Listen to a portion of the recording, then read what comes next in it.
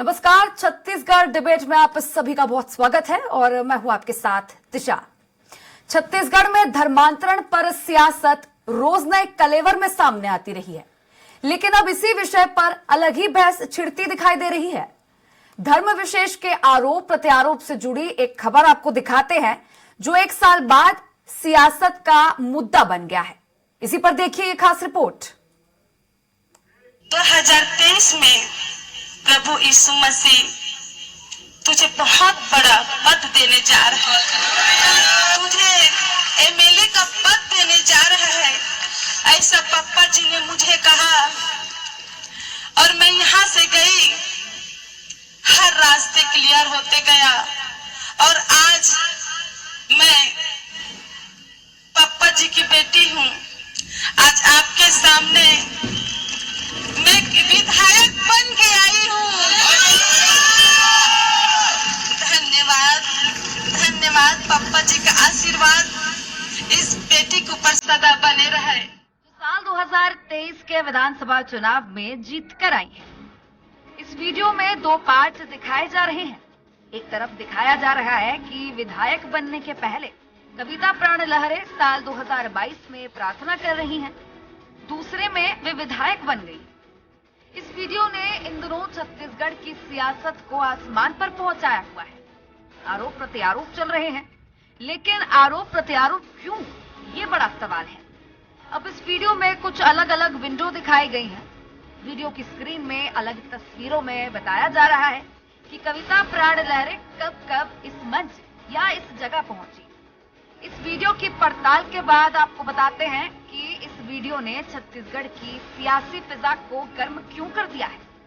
दरअसल ये वीडियो छत्तीसगढ़ भाजपा ने अपने सोशल अकाउंट एक्स पर पोस्ट करके कांग्रेस पार्टी और विधायक कविता पर निशाना साधते हुए लिखा, ये है बिलाईगढ़ की विधायक कविता प्राण लहरे। एक समुदाय ने इनका ही माइंड वॉश कर दिया। कह रही हैं, पप्पा ने मेरा सब कुछ किया है। 5 साल के शासनकाल में कांग्रेस की सरकार ने एक समुदाय और धर्मांतरण को इतना बढ़ावा दिया, ये उसका साक्षात उदाहरण है। ऐसी कृत्यों की कड़ी भर्त्सना करनी चाहिए। बिलाईगढ़ की जागरूक जनता देख लीजिए अपने विधायक को। इधर विधायक लहरे ने वायरल वीडियो को लेकर सफाई देते हुए बीजेपी पर बदनाम करने का आरोप लगाया। कोई भी धर्म में जाबे, वहाँ के देवता के जयकारा लगाना बहुत जरूरी है। राम मंदिर में राम भगवान जी के जय, यीशु मसीह में यीशु भगवान की जय, कृष्ण भगवान मंदिर में कृष्ण भगवान की जय। जो मंदिर जाना है वहाँ तो कर जयकारा तो लगाना च पड़े। जो भगवान के नाम से राजनीति करते, जात पात छुआछूत भेदभाव ला खत्म करके काम करे भारतीय जनता पार्टी है। कांग्रेस विधायक के वायरल वीडियो पर मंत्री ब्रजमोहन अग्रवाल ने कहा, हम पहले दिन से कह रहे हैं, कांग्रेस पार्टी छत्तीसगढ़ की डेमोग्राफी को बिगाड़ने के लिए धर्मांतरण करवाकर अपने वोट की राजनीति कर रही है।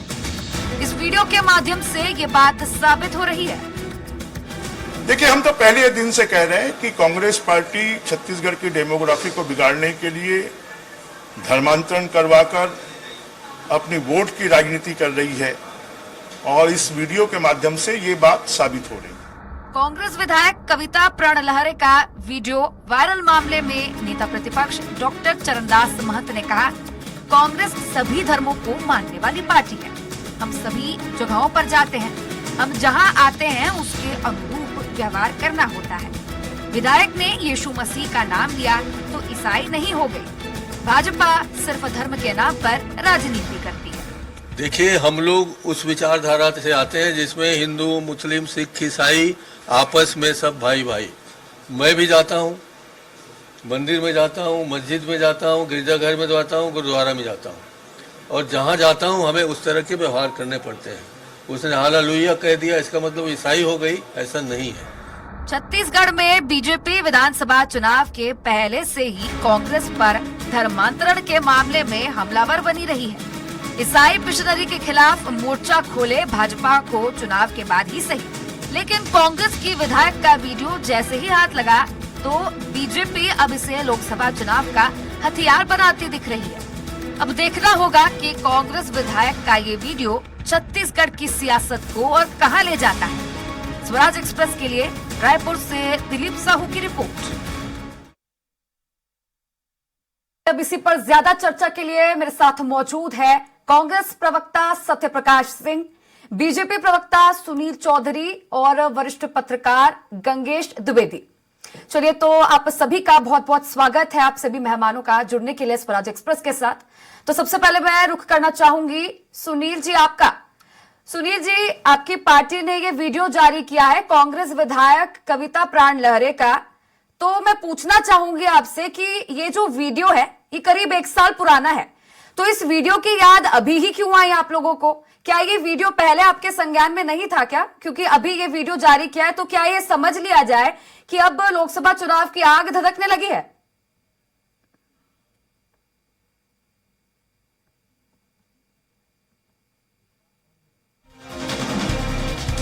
देखिए, ये जो वीडियो जारी हुआ है ये 1 साल पहले का है, जालंधर का वीडियो है। हमें इस बात पर कोई ज्यादा आपत्ति नहीं है कि आप क्या कर रहे हैं, किस धर्म को मान रहे हैं, हम इस पर कोई आपत्ति नहीं लगाना चाहते। लेकिन जिस व्यक्ति के साथ ये विधायक जी खड़ी है, बजिंदर सिंह, उनके ऊपर 2017 में दुष्कर्म का मामला दर्ज हुआ है। बहला फुसला करके अपने घर में ले जा करके बेहोश करके दुष्कर्म करना, वीडियो बनाना और उससे ब्लैकमेलिंग करना, इस प्रकार के उसके ऊपर मामले दर्ज हुए हैं। मैं आपको बताना चाह रहा हूं, मैं जनता को भी बताना चाहता हूं कि जीरकपुर थाने में जो है जालंधर में, इनके खिलाफ 376, 420, 354, 294, 323, 506, 147, 149 और 67 IT एक्ट की धारा के अंतर्गत अपराध दर्ज हुए। पंजाब में इनकी गिरफ्तारी भी हुई। अब ये ऐसे व्यक्ति जो धर्मांतरण के आरोपी है, जो दुष्कर्म के आरोपी है, छत्तीसगढ़ की एक निर्वाचित जो हमारी विधायिका है, उनके साथ खड़े होकर के उनको पप्पा बोल रही है और कह रही है कि उनके कारण मेरा सब कुछ ठीक हुआ, जबकि वो पवित्र जल के नाम पर भी धोखाधड़ी करते हैं लोगों के साथ में। और देखेंगे आप कि ये बेहोश करके दुष्कर्म करने की घटना करते हैं। तो ये किस मतलब कौन सा आप संदेश देना चाह रहे हो? भाई, आप जिस छत्तीसगढ़ से आते हो, आप जिस पंथ को मानते हो, वो सतनाम पंथ है, सत की जोत जगाने वाला। उस पंथ से आप आते हो, आप उनकी बातें नहीं करते, लेकिन एक अपराधी उसके साथ खड़े होकर के आप ये बातें कर, धर्मांतरण का हम जो आरोप लगाते हैं वो सिद्ध कर रहे हैं आप। हमने कहा कि धर्मांतरण के पीछे कांग्रेसी हैं, उनके जनप्रतिनिधि हैं, ये तो स्पष्ट हो रहा है। हमने लगातार आरोप लगाया था, हमने कहा था कि बस्तर क्षेत्र में भी धर्मांतरण का कुछ चक्र है। अभी आप देखेंगे देवरी खुर्द में, बिलासपुर में क्या हुआ, प्रधानमंत्री आवास के 100 मकानों पर एक विशेष समुदाय का कब्जा, वहां पर धार्मिक स्थल बन गया। जब उसको हटाया, तोड़ा गया, तो वहां से हिंदू माताएं, बहनें, बेटियों की फोटो निकली, उसमें चिन्ह के निशान थे। अब वो कहां के लोग हैं किसी को नहीं पता। इनकी सरकार के अंदर में वो घटना कारित हुई है, अब उसकी जांच हो रही है। माननीय गृह मंत्री विजय शर्मा जी ने कह दिया। तो धर्मांतरण पे बीरनपुर का बड़ा एक कांड हो गया। आप देखेंगे धर्मांतरण पे कवर्धा में जो एक बड़ा कांड हुआ, तो लगातार ये हो रहा है, इनके संरक्षण में होता था। इसी बात का हम आरोप लगा रहे हैं। आप कहीं भी जाइए, करिए, लेकिन आप ऐसे लोकतंत्र के विरोध में जो लोग काम करते हैं, जो आरोपी हैं, जो कहते थे रायपुर में कि हम धर्मांतरण कराएंगे, यदि करने से रोकेगा कोई तो ऐसे संविधान को जला देना चाहिए। तो ऐसे लोगों के साथ यदि खड़े होंगे तो निश्चित रूप से छत्तीसगढ़ की जनता भी देख रही है। अगली बार आपका भी हिसाब होगा विधायिका महोदय। आप पूछ रहे थे कि मैं राम मंदिर जाती हूं तो उस पर बीजेपी प्रश्न क्यों नहीं उठाती, तो आप भगवान राम की तुलना इस प्रकार के बलात्कारियों से मत करिए। आपको शर्म आनी चाहिए। कौन सा बयान दे रहे हैं, कहां खड़े होकर के क्या बात करना है, ये आपको भी पता नहीं है क्या? पता होना चाहिए आपको। अरे सतनाम पंथ का प्रचार करिए, हम सब आपके साथ खड़े हैं। छत्तीसगढ़ की भूमि में जन्म लिए हो, छत्तीसगढ़ की धरा में जन्म लिए हो, छत्तीसगढ़ महतारी की बेटी आप भी हो, पर आप एक विदेशी धर्म का प्रचार कर रहे हो। ये व्यक्ति बजिंदर सिंह के तार विदेश से जुड़े हैं, ये लगातार विदेश जाता है, विदेश की फंडिंग है, इसके ऊपर बड़े बड़े आरोप है। ये आपत्ति हमको है कि ये छत्तीसगढ़ में नहीं चलेगा और जनता की अदालत में सब तय हो जाएगा। आप थोड़ा इंतजार करिए, जनता की अदालत में फिर जाना पड़ेगा आपको और जनता आपको माकूल जवाब देगी। मैं अगला सवाल लेना चाहूंगी सत्यप्रकाश जी से। सत्यप्रकाश जी, आप बताइए, ये जो आरोप बीजेपी लगा रही है आप लोगों पर, आप इस आरोप को किस तरह से देखते हैं? ये जो वीडियो वायरल हुआ है, क्या केवल ये कह देने से यीशु मसीह की जय हो, क्या इसको धर्मांतरण का नाम दे दिया जाए? कितना सही कितना गलत आपके हिसाब से?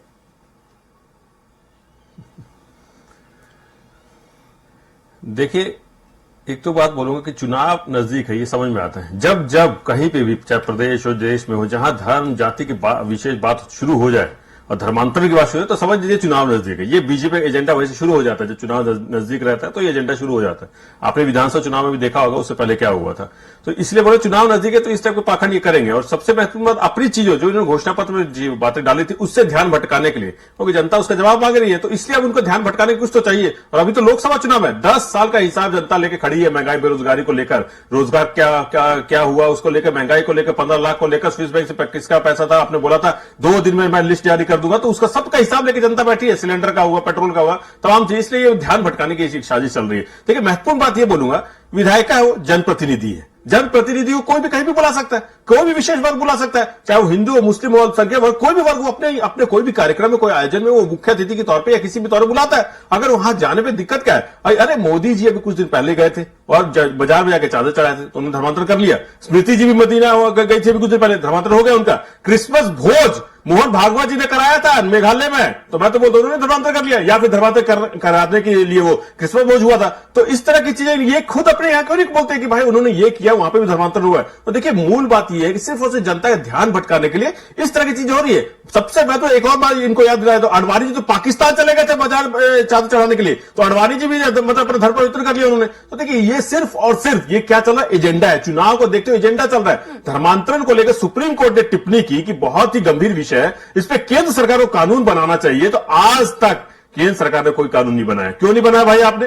कि आपको किसने रोका है? आप तो छाती पीटते रहते हैं, हमारी बहुमत की सरकार है, पूर्ण बहुमत की सरकार है, आप बना लीजिए। ये सिर्फ और सिर्फ एजेंडा चल रहा है, यहां पे कुछ ऐसा नहीं है। देखिए आपको एक चीज बोलूंगा, किसी वर्ग विशेष ने अपने कार्यक्रम बुलाया, वहां पे गई, वहां पे किसी के अगर जाएंगे जिस वर्ग के लिए के प्रोग्राम में जाएंगे, वहां जो भी आयोजन होगा उस आस्था के तो लिए जयकारा लगाएंगे, उसको कौन सी नई चीज है? अरे ये तो वो व्यक्ति जो आसाराम को बचाने के लिए लड़ गए थे, ये तो वो व्यक्ति जो भानु प्रतापपुर में नाबालिग से दुष्कर्म के आरोपी के लिए गाड़ी के सामने ब्रिजमोहन अग्रवाल जी से कद्दावर नेता गाड़ी के सामने बैठ गए थे। तो ये क्या बात करेंगे? ये सिर्फ और सिर्फ प्रोपेगेंडा बनाया जा रहा है, चुनाव को देखते, इसके अलावा कुछ नहीं है। चलिए ठीक है, रुख करना चाहूंगे मैं गंगेश जी आपका। गंगेश जी आपको क्या लगता है ये जो धर्मांतरण और घर वापसी का ये जो मुद्दा है, ये क्या सिर्फ सियासी नुकसान और फायदों के ही समीकरण नहीं है? आप इसे कैसे देखते हैं?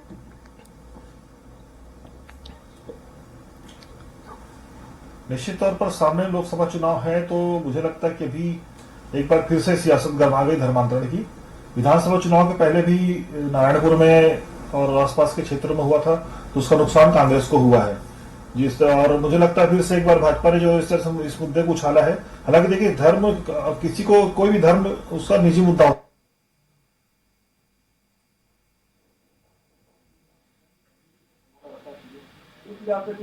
है कि सर्वधर्म संभाव की भावना रखना चाहिए।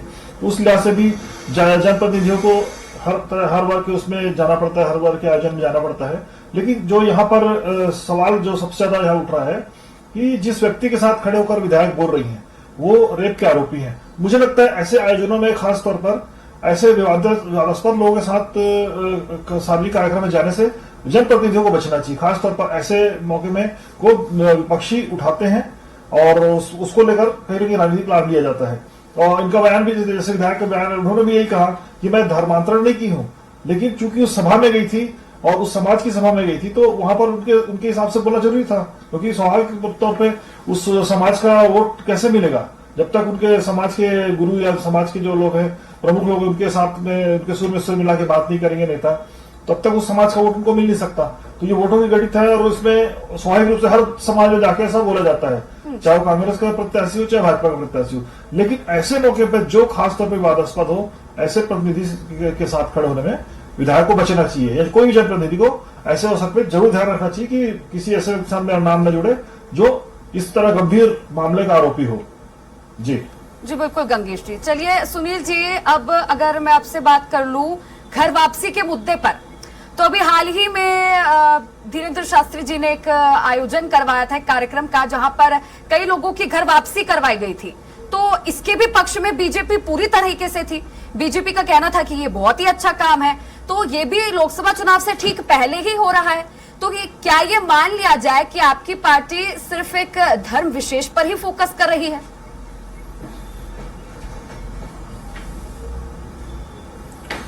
देखिए, ऐसा नहीं है कि हमारी पार्टी कोई धर्म विशेष पर कर रही है या फिर चुनाव के पहले। ये घर वापसी अभियान माननीय श्री स्वर्गीय दिलीप सिंह जूदेव जी वर्षों से चलाते आए हैं, और उसके अलावा भी हमारा वर्षों से इतिहास रहा है कि जो हमारे सनातनी भाई बंधु हैं, किसी लालच में, किसी प्रताड़ना में आकर के, किसी दबाव में आकर के यदि वो अपना धर्म बदले हैं और वो वापस मुख्य धारा में आना चाहते हैं, सनातन धर्म को अपनाना चाहते हैं, तो ऐसे भाई बंधु जो है हमारे, उनको हम अपने घर में ले लेते हैं। भाई हमारे परिवार का सदस्य है, हमारे घर का सदस्य है, तो कहां जाएगा। पर हमने कभी किसी को तलवार की नोक पर कहा कि धर्मांतरण करिए, हमने कोई लालच लेकर के कहा कि धर्मांतरण करिए, हमने कोई दबाव डाल करके कहा कि धर्मांतरण करिए। ये इनका काम है कि वहां फंसाना। देखिए, ये जो बजिंदर सिंह है, ये पवित्र जल बेचता है, लाखों रुपए में बेचता है, लाखों रुपए में, और कहता है इससे सारे कष्ट दूर हो जाएंगे।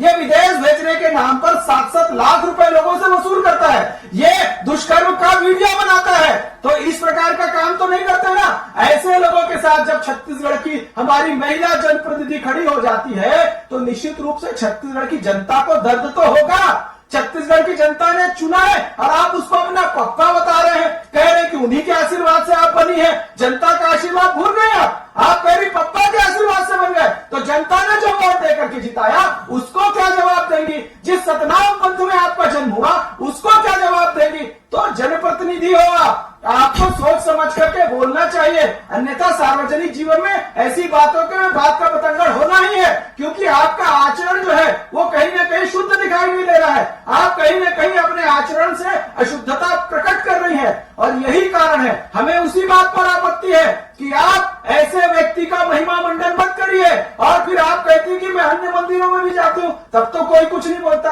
अरे तुलना किससे कर रहे हो आप? आपको तो माफी मांगनी चाहिए कि आप किससे तुलना कर रहे हो। आप एक बलात्कारी के साथ, एक आरोपी के साथ, एक ऐसा व्यक्ति जो षड्यंत्र करके लोगों को बेहोश करके उनके साथ दुष्कर्म करके वीडियो बनाता है, बार बार दुष्कर्म करता है और विदेश भेजने के लिए पैसे इकट्ठे करता है और उनके साथ छल करता है। तो आप देखिए, इतने सारे धाराओं पर कार्रवाई हुई है उस पर। तो ये अब यहाँ कितनी सफाई देते रहे कि हम भी जाते हैं, हमें कोई दिक्कत नहीं, लेकिन हम ऐसे किसी आरोपी के साथ तो नहीं खड़े होते, हम किसी ऐसे व्यक्ति के पास तो नहीं जाते। ये माननीय विधायिका जी को समझना चाहिए। उन्होंने स्पष्ट रूप से कहा है कि इनके कारण ही मैं बनी हूं। तो क्या बलात्कारियों के आशीर्वाद से विधायक बनते हैं कांग्रेस में? क्या इस प्रकार के आरोपियों के आशीर्वाद से बनेंगे? छत्तीसगढ़ की जनता ने आपको आशीर्वाद नहीं दिया। ये बड़ा प्रश्न है कि छत्तीसगढ़ की जनता का जनमत है, उसको आप कहीं ना कहीं वहां जाकर के इस प्रकार से दुष्प्रचार कर रही है। इसके लिए आपको माफी मांगना चाहिए। संत गुरु बाबा घासीदास जी से भी माफी मांगनी चाहिए, सतनाम पंथ से भी माफी मांगनी चाहिए, छत्तीसगढ़ की जनता से माफी मांगनी चाहिए, जिन्होंने आपको विधायक के रूप में वोट देकर के चुना है। चलिए ठीक है सुनील जी। सत्यप्रकाश जी, आपने सुना अभी सुनील जी ने क्या कहा। तो ये जो आरोप आपकी पार्टी पर ये लगा रहे हैं कि विधायक बनते हैं आपकी पार्टी में बलात्कारियों के आशीर्वाद से, आप कैसे रखेंगे इस पर अपना पक्ष? क्या जवाब देना चाहेंगे? देखिए एक चीज तो बोलो, प्रोपेगेंडा जैसे बोलते हो, बीजेपी कैसे प्रोपेगेंडा बनाती है। आपने इसे घर वापसी की बात पूछी। देखिए ये मैं एक दिखा रहा हूं, ये बहुत प्रतिष्ठित अखबार का वेब पोर्टल है, उस पर एक खबर छपी थी कि जिनकी उन्होंने घर वापसी कराई थी ना, उन्होंने बाद में बोला कि भाई हम तो वहां पे दर्शन करने गए थे, जबरदस्ती वहां पे बैठा दिया। प्रोपेगेंडा इसी को बोलते। और ये मैं नहीं बोल रहा, बहुत प्रतिष्ठित अखबार का वेब पोर्टल है ये, उसमें एक खबर छपी थी, उसके तहत मैं बता रहा हूं। और देखिए जहां तक बलात्कार के बारे में जैसा मैंने भानु प्रताप और दुष्कर्मी का ये टिकट देते हैं, बात कर रही है क्या? अरे इनके मोदी जी जब गुजरात के सीएम थे, आसाराम के आश्रम में जाते के एकदम दंडवत प्रणाम कर देते थे, और वही आसाराम को बचाने की भी कोशिश की गई थी। तो ये क्या बात करेंगे? ये माफी की बात करें? अरे इनको तो माफी मांगनी चाहिए। 100 दिन में महंगाई कम करने की बात करने वाले लोग बोलेंगे माफी मांगने की। जो बोले थे 30 रुपए पेट्रोल देंगे और 150 रुपए पेट्रोल पे पहुंचा दी, वो बात करेंगे?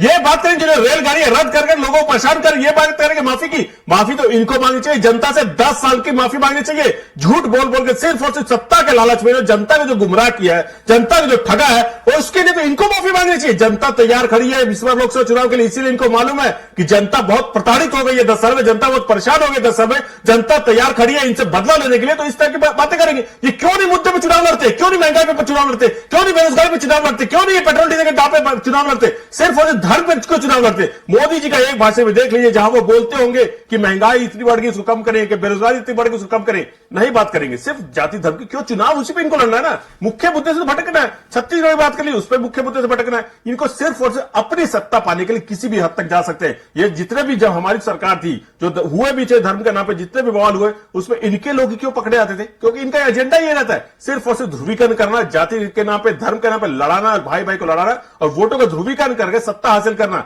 सत्ता इनको अभी मिल गई और सत्ता पाने के बाद अब मुद्दे से भटकाने के लिए सब चीजें चल रही है। इनको तो माफी खुद मांगनी चाहिए कि इन्होंने गलती कर दी है, लोगों को सिर्फ और सिर्फ गुमराह करके। मैं तो एक ही बात बोलूंगा, आप चुनाव लड़िए, मुद्दों पर चुनाव लड़िए, इधर की बातें मत कीजिए। वो जनप्रतिनिधि है, वो गई है, उस पर कोई गलती बात नहीं है। आपकी मोदी जी भी बहुत जगह जाते हैं तो वो भी धर्म पवित्र कर लिए होंगे, इसलिए बोले सिर्फ और सिर्फ प्रोपेगेंडा चल रहा है, इसके अलावा कुछ नहीं है।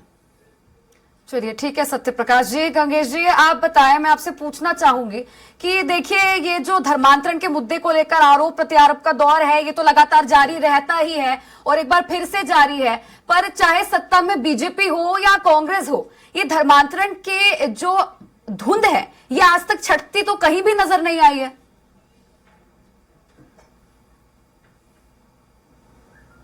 निश्चित तौर पर देखिए, विधानसभा चुनाव के वक्त भी लगातार ये मुद्दा गरमाया रहा। नारायणपुर में तो हमने देखा कि आदिवासियों के बीच ही ऐसे लोग जिन्होंने धर्मांतरण कर लिया था उनको पूरे समाज से बाहर किया, बहिष्कृत किया गया। यहाँ तक कि उनकी आदिवासियों में यह रहता है कि वो 100 गुटक बनाते हैं, 100 तक को खोद के बाहर कर दिया गया। मतलब एक तरह से आक्रोश दिखाई दिया उसमें। तो मुझे लगता है कहीं ना कहीं इस आक्रोश को भाजपा ने भी उसको भुनाया और स्वस्फूर्त आक्रोश था। तो मुझे लगता है अगर इस तरह का धर्मांतरण हो रहा है जिसमें समाज के लोग आंदोलित हो रहे हैं, तो ऐसे धर्मांतरण को रोकने के लिए कहीं ना कहीं एक कानूनी व्यवस्था होनी चाहिए। वहां का स्थानीय पुलिस प्रशासन, वहां के स्थानीय जनप्रतिनिधियों को बीच में हस्तक्षेप करके ऐसे मुद्दों को, ऐसे मामलों को शांत कराना चाहिए। क्योंकि हमारा देश जो है सर्वधर्म समभाव का देश है। अभी जो हमारे संविधान का नेचर है वो ये है कि सभी धर्मों के प्रति समान आदर रखो, धर्मनिरपेक्षता की बात हम करते हैं। तो ऐसे में धर्मांतरण कहीं ना कहीं प्रभाव डालता है किसी न किसी मुद्दे पे। यही से देखिए, तो अब इसी तरह से एक घटना घटी थी बीरनपुर हत्याकांड, उसमें एक साहू समाज के युवक की मौत हुई। उसके पिता उसी मुद्दे पर चुनाव लड़े और वो जीत के आज विधायक बन गए भाजपा के। कवर्धा में इसी तरह का कांड हुआ। कवर्धा में विजय शर्मा जो भी उप मुख्यमंत्री हैं, उन्होंने इसका जबरदस्त विरोध किया, उनको भी राजनीतिक लाभ मिला है। तो मुझे लगता है कि इस तरह के मसलों में कांग्रेस को भी बचना चाहिए कि कहीं ना कहीं भाजपा इस मामले का राजनीतिक लाभ ले रही है। तो ऐसे मसलों में जुड़ने से कांग्रेस के नेताओं को भी बचना चाहिए, क्योंकि इसका नुकसान सीधा सीधा उन्हीं को होता है, मुझे ऐसा लगता है। चलिए ठीक है, शुक्रिया सत्य प्रकाश जी, सुनील जी और गंगेश जी, आप सभी का स्वराज एक्सप्रेस के साथ जुड़ने के लिए और ये तमाम चर्चा मेरे साथ करने के लिए। तो एक बार फिर से ये मुद्दा धर्म का उठने लगा है छत्तीसगढ़ की सियासत में, और अब लोकसभा चुनाव से पहले ये मुद्दा और कितना गरमाएगा ये देखने वाली बात होगी। फिलहाल इस खास पेशकश में इतना ही। आप देखते रहिए स्वराज एक्सप्रेस। नमस्कार।